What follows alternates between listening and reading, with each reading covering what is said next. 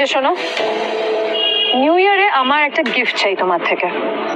আর gift যেন দামি হয়, হ্যাঁ মানে খুব দামি, কয়েক লাখ টাকা। ওকে?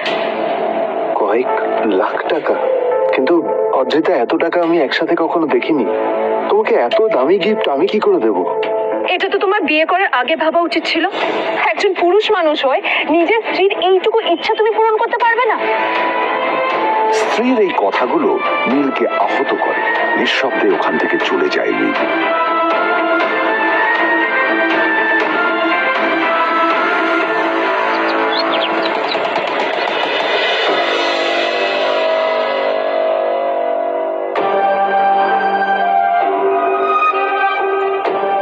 দুদিন পর নিউ ইয়ার পার্টির আগে নীল আদ্রিতার কাছে এসে একটা গিফট প্যাক দেয়।